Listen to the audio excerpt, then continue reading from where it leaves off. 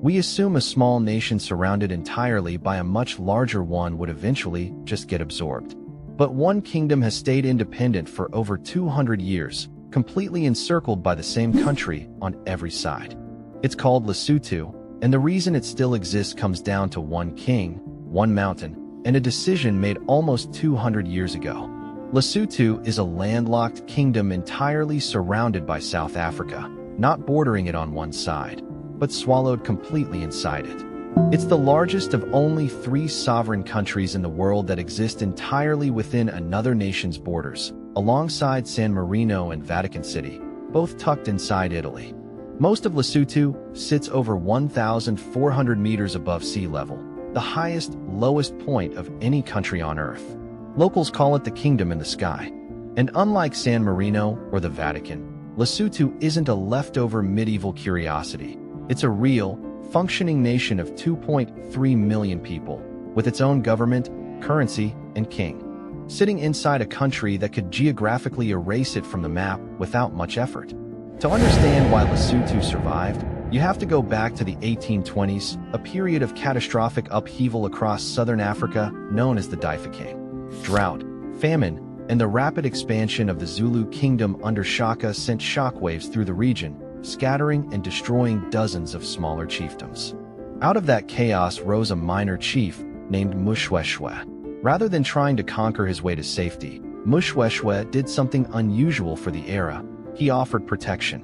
In 1824, Moshoeshoe moved his people to a flat-topped sandstone mountain called Thaba Bosiu, the mountain at night.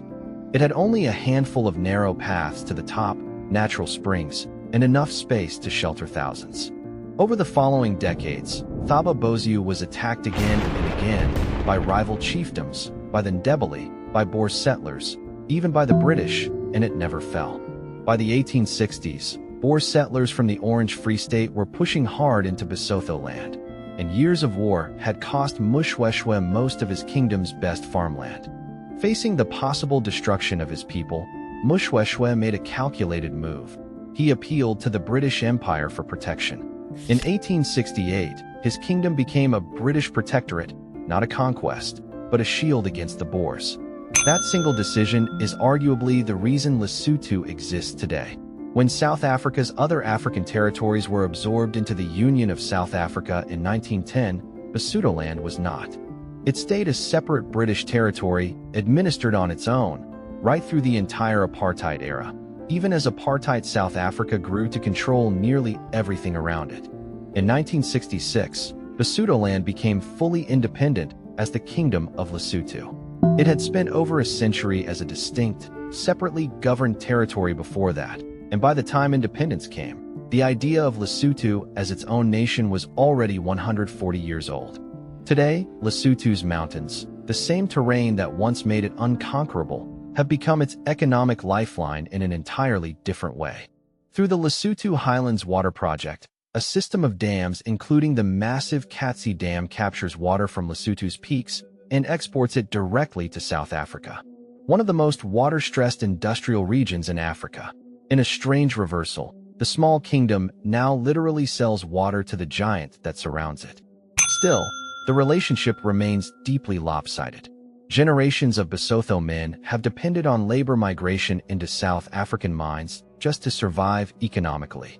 Politically independent, but economically inseparable, Lesotho exists in a permanent balancing act between sovereignty and dependence.